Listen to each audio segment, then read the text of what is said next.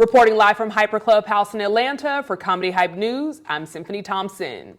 Rickey Smiley is currently on press run promoting his latest book, Sideshow Living with Loss and Moving Forward with Faith. In the middle of hosting book signings from city to city on his tour, the comedian and radio host would stop by the Breakfast Club to discuss his grieving process after losing his father when he was 6 and his son back in January of 2023, both to drug addiction. Smiley says his book's title refers to the song Sideshow, which talks about a sad clown performing to entertain people. During the conversation, one of the co-hosts of the show, DJ Envy, would ask Smiley about the rumors surrounding him having to wear a dress in every movie he appears in. Smiley and the other co-hosts would laugh off the conspiracy that gained popularity from Katt when he was a guest on Shannon Sharpe's Club Shay Shay. Now, if you remember earlier this year, Katt would sit down with Sharpe and allege that whenever Smiley and Katt appear in the same film together, Smiley must be wearing a dress. This was said after Smiley had originally appeared as a guest on Club Shay Shay, where he revealed he auditioned for the role Katt eventually got, Money Mike in 2002's Friday After Next. Katt's claim towards Rickey gained validity from the 2008 comedy First Sunday, which stars Ice Cube, Tracy Morgan, and Katt Williams. Smiley would portray his famous character Bernice Jenkins in the project. But before we get started, elections are about putting people in office who will fight for you. People who will stand on business about the issues important to you. Gun violence is the leading cause of death in the United States, especially in communities of color, and we need urgent action. On behalf of HBCU Green Fund, get out and vote to ensure your voice is heard and your values are represented. Vote earlier on Election Day on November 5th.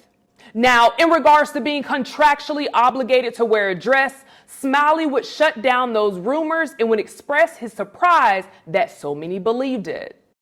Now, there was a rumor that in your contract it said that you had to wear a dress.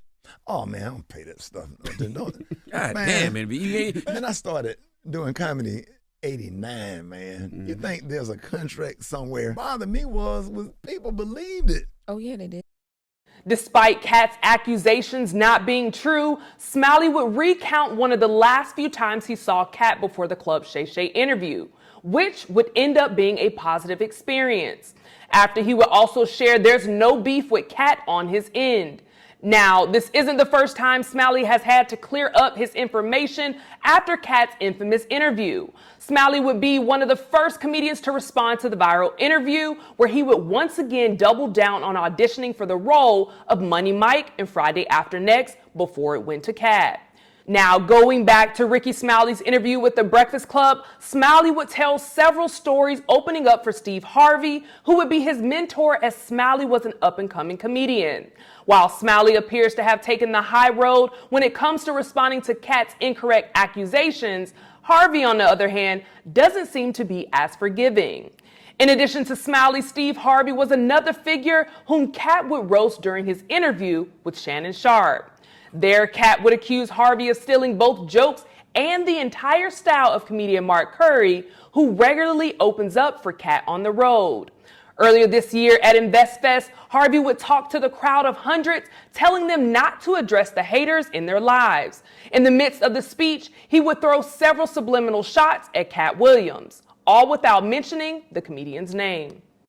Don't get off the wall to dress some pity-any-ass boy who ain't got shit going for himself, but I still know how to turn my hip and shift that weight, and I'll knock your short ass out.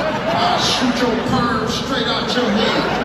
So, what do you guys think of Rickey Smiley's reaction to Katt Williams saying he's contractually obligated to wear a dress in all of his films and being the first choice for Money Mike and Friday After Next? Let us know in the comments below.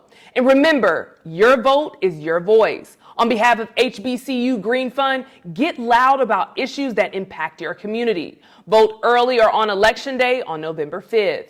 And stay up to date with the latest news and comedy by subscribing right here to our YouTube channel. Check out Hyper's Club for all your cool and original merchandise and content. And for our YouTube viewers, if you like this story, send us a super thanks by hitting the button below, and you can tip us what you want to show your support.